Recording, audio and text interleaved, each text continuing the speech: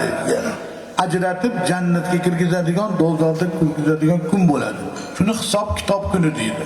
Shu vaqtida qiz bolalar otasini, onasini oqtarib topar ekan. Otasini, onasini topib qarasa, do'zaxga olib ketayotgan bo'lar ekan. Farishtalar qamchisi bilan urib, va yo'lini to'sar ekan qiz bola. O'g'il bola to'smayapti. Otasini, onasini mahkam borib yo'lini to'sib, qaqab ketyapsizlar. Bular gunohkor, ba'zi bir gunohlari bilan gunohda do'zaxda yonadi der ekan farishtalar.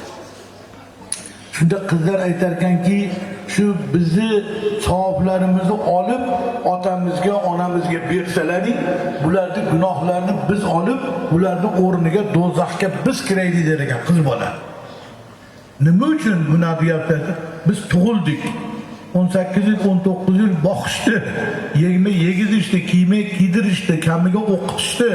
Rosa kamolga, balog'atga yetgan vaqtimizda, xizmat qiladigan vaqtimizda bizni birovlarga berib yubordi.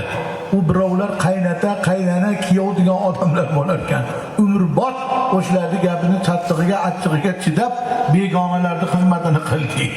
Ota-onamizning xizmatini qila olmadik. Endi xizmat qiladigan vaqtimiz endi keldi. Shuna qilinglar deb, hali qiz bolalar shuna farishtalar bilan tortishib turganda